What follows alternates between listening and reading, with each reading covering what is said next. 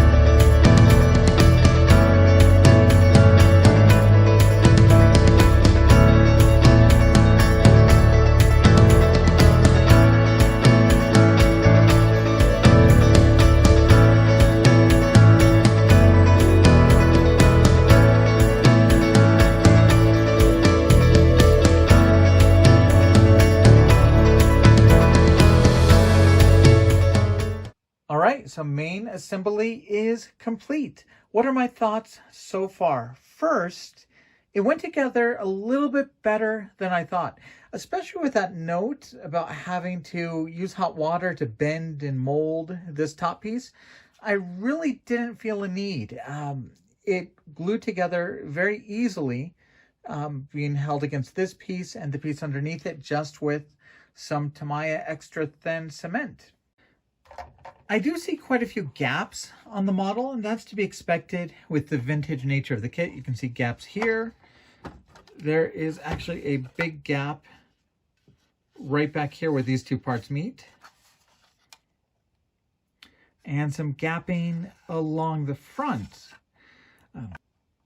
The model has a few gimmicky features, which are kind of fun.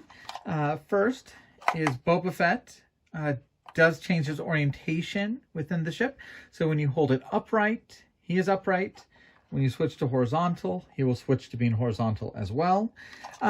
As you can see in the video, I added a little bit of weight on the bottom to help it turn. First, I just tapped a screw up from the bottom to add some weight.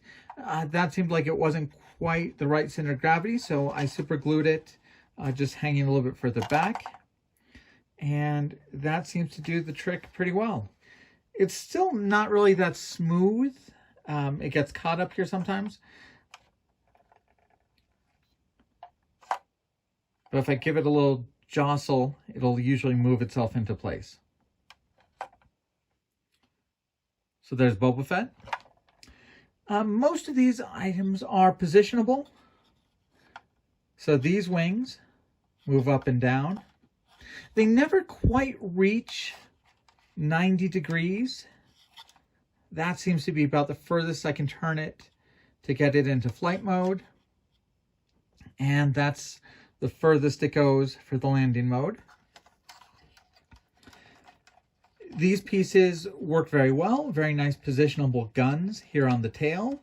I actually did these in the wrong order. I forgot to put these in when I sealed it up on the bottom. Luckily, I was able to put the middle piece in through this ramp opening.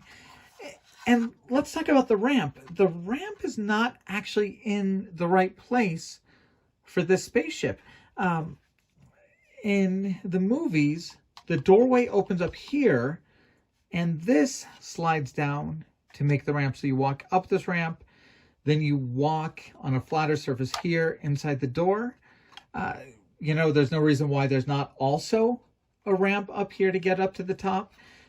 But in the movies and in the TV show, this is how you get in, not this. And then this is almost like a play feature on a toy or something. If you take this panel off, there's Han Solo in carbonite.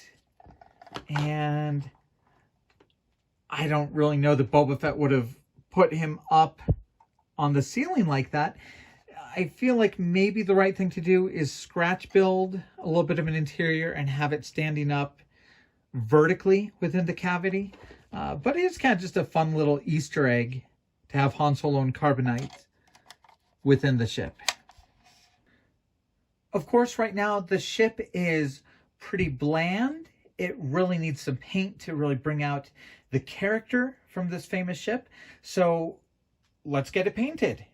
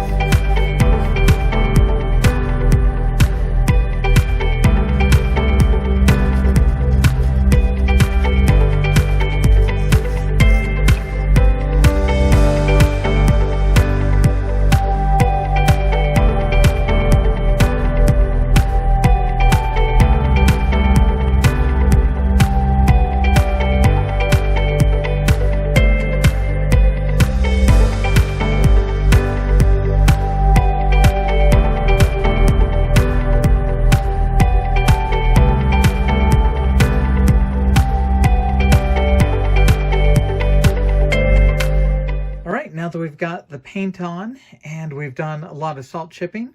We're halfway there on the weathering already. Outside of the chipping, we're going to use some oil stains. I've got a rust color and a very dark color that we're going to start using to accent a lot of the panels and the panel lines. We'll clean that up with a little bit of thinner on Q-tips.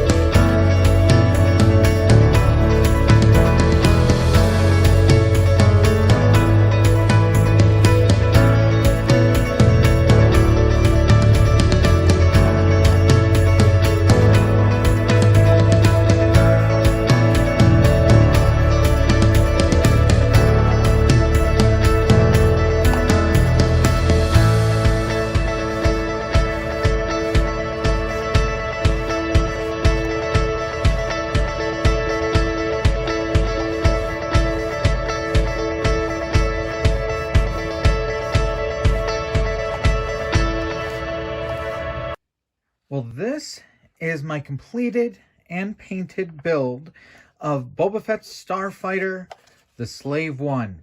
So easier in a lot of ways than I might have expected, and harder in a lot of ways as well.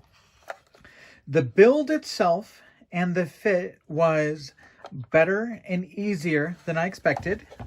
And the paint job and the weathering was definitely harder than I expected. This is a hard chip to get looking right. I wish that I'd used a little bit of a darker green or a grayer green. I think my green is a little bright for the model. I'm happy with my red and my gray. This is actually the color I used for my Klingon Bird of Prey. My overall gray, I went with a cooler gray instead of a warmer tan gray, which I believe the studio model has. And I'm happy with that choice. I would change up the green. Overall, this was a very nice model to have a lot of fun painting and weathering. I'm really enjoying that on these Star Wars kits. Just building it and then just having fun with airbrushing, chipping, and weathering to give the ships some character. I do feel that I could have spent some more time looking at the reference pictures that are out there for this ship. I try and do these reviews in a pretty quick manner, so Painting and weathering this ship was done within a day. I feel that this ship has so much going on with its paint scheme and its weathering that you could really take a week, take a lot of time, really make it look great. The model kit comes with a pretty nice stand. I painted mine black, and it holds the ship in its upright position. So let's change the wings and the guns to face forward. And of course, Boba Fett changes his orientation as you turn the ship. I think I mentioned before, I don't really think the model really needs this, but it is kind of fun that you do have Han Solo right there. That's what it looks like in our completed and finished build. Okay. Here's a shot of our loading ramp. And a shot of the back of the model. I do wish that this part had been clear, like the other two engines. That would give you a chance to kind of light some of the engines. But there's a shot of the finished back of the ship. Looking at the Star Wars models that I've built on the channel recently, I feel these two are probably the best. They're both really fun to work on. They both really come to life with some weathering. And they both have a lot of posability options. You've seen the posability of Boba Fett's Starfighter in this video. The AT-AT, and I've got a video about that, of course. It has posable legs, all four of them, and a posable neck and head. But these models were very fun to work on. The B-Wing was also a very fun model to work on. A little small compared to these other two that really give you a much bigger canvas to work on. And of course, kind of the roughest one may have been the X-Wing fighter, which is not a fantastic mold, but still fun to build. It just occurred to me that these two were, the first ones that came out were Return of the Jedi molds. These two were molds from Empire Strikes Back. And the next one I'm working on is an original mold from the model line that came out with Star Wars A New Hope. That's the Darth Vader Advanced TIE Fighter. As always, a big thank you to Round2/MPC for letting me work on these review copies. Thank you guys for following the channel. Hopefully this video gave you a good idea of what Boba Fett Starfighter is like. And this is, once again, a very basic build. I really didn't fix my seams. I didn't really scratch build anything. I just really assembled it out of the box and painted it with some pretty simple chipping and weathering techniques. And I think the model came out looking pretty good. So hopefully this gives you a few ideas for your future builds. Thank you guys for following the channel. We'll be back very soon working on Darth Vader's TIE Fighter.